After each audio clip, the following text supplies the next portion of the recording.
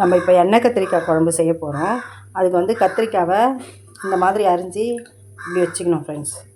அதுக்கப்புறம் அதுக்கு தேவையான பொருள் ஒரு தக்காளி, வெங்காயம், ரவை இஞ்சி, கொத்தமல்லி, காஞ்ச மிளகாய், மிளகு. இதை வந்து வறுத்து அரைக்கணும் மசாலா. அப்புறம் கொஞ்சம் தேங்காய், இதையும் வச்சு நம்ம அரைச்சிக்கணும் ஃப்ரெண்ட்ஸ். இப்போ வத்த குழம்பு ஸ்டார்ட் பண்ணுவோம். ஒரு கரண்டி வைக்கணும். ஏன்னா தாராளமாக எண்ணெய் ஊற்றினாலே நல்லாயிருக்கும் கத்திரிக்காய் குழம்புல.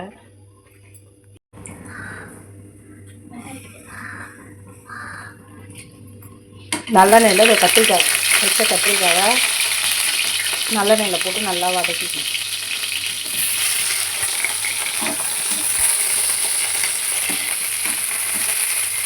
மேலே தெளிக்கும், நீங்கள் கொஞ்சம் இடத்த இருந்து செஞ்சுக்கோங்க. கேட்போம் பர்சன்டேஜ் வதங்கின உடனே இதை எடுத்து வைக்கணும். பாருங்கள், பொன்னிறமாக வதங்கிடுச்சு. இதை எடுத்து வைக்கணும். வெங்காயம், தக்காளி, பூண்டு இதெல்லாம் ஒரு வானலில் போட்டு காஞ்ச மிளகாய்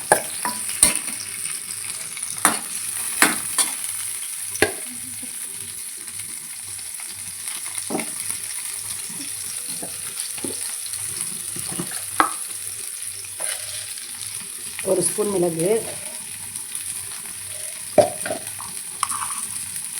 தனியா 2 ஸ்பூன், தனியா, காஞ்ச மிளகாய் ஒரு 4,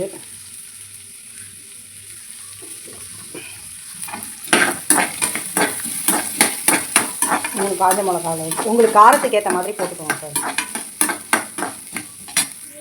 தேங்காய் போட்டுக்கணும். அது கூட கொஞ்சம் ஜீரகம், பெருஞ்சீரகம் போடணும். ஜீரகம், பெருஞ்சீரகம்,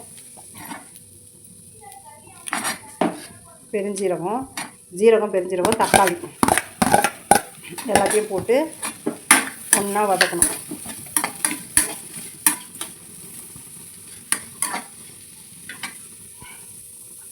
இது வதங்கின உடனேவே தனியாத்தூள், மஞ்சள் தூள், மிளகாத்தூள் உங்களுக்கு தேவையானது, நீங்கள் எவ்வளோ குழம்பு வைக்கிறீங்களோ அதுக்கு தேவையான அளவு நீங்கள் சேர்த்துக்கோங்க ஃப்ரெண்ட்ஸ்.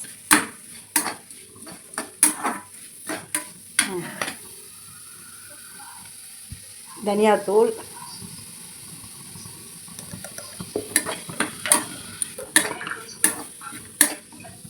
மஞ்சள் தூள்,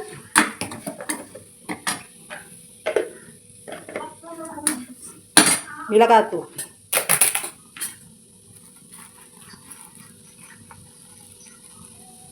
ஒரு ஸ்பூன் மிளகாத்தூள் போட்டிங்கன்னா 1.5 ஸ்பூன் தனியாக போட்டுக்கோங்க. தனியாத்தூள் அந்த மாதிரி கணக்கில் போட்டுக்கோங்க.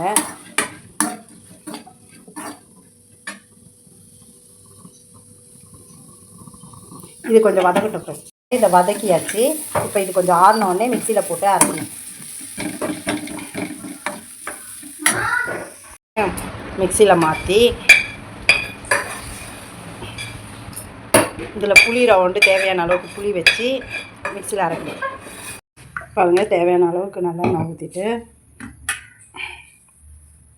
நல்லெண்ணெய்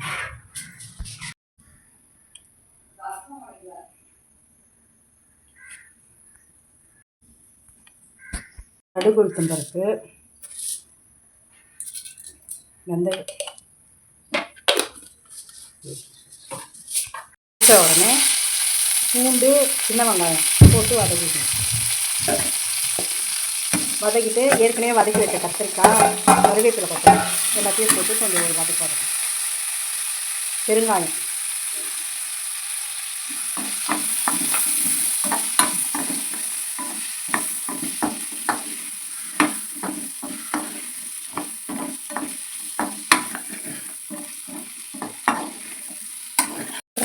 தேவையான அளவு உப்பு போட்டு ஒரு வதக்கலாம். உடனே வெங்காயமும் கத்திரிக்காய் எல்லாம் இது பண்ணுவேன். அந்த நம்ம அரைச்ச விழுதை அதில் போட்டு வதக்கணும். அந்த விழுது நம்ம அரைச்ச விழுதை இப்படி போட்டு வதக்கணும்.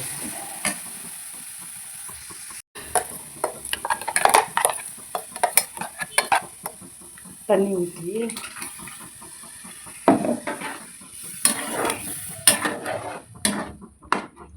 தண்ணி ஊற்றி அப்படியே இது பண்ண முடியும். நல்ல சூப்பராக இருக்கும் எண்ணெய் கத்திரிக்காய் குழம்பு. நீங்கள் வியூவர்ஸ்லாம் செஞ்சு பாருங்கள் எப்படி இருக்குன்ட்டு. நீங்கள் கொஞ்சம் கமெண்ட் பண்ணுங்கள் ஃப்ரெண்ட்ஸ். நான் சொல்கிறதுக்கு ஏதாவது தப்பாக இருந்தாலும் ரைட்டாக இருந்தாலும் நீங்கள் கமெண்ட் பண்ணிங்கன்னா கொஞ்சம் நல்லாயிருக்கும். நான் மாற்றிக்குவேன் என்ன. இப்போ இது கொதித்த உடனே நம்ம ரவுண்டு புளி கரைசல்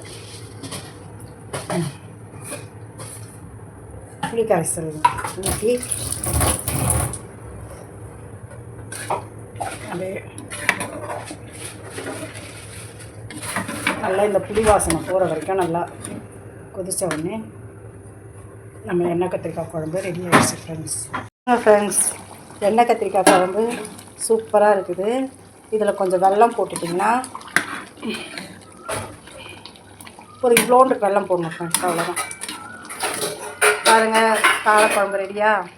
இதே மாதிரி நீங்கள் செஞ்சுட்டு எனக்கு சப்ஸ்கிரைப் பண்ணுங்கள், ஷேர் பண்ணுங்கள், லைக் பண்ணுங்கள், கமெண்ட் பண்ணுங்கள்.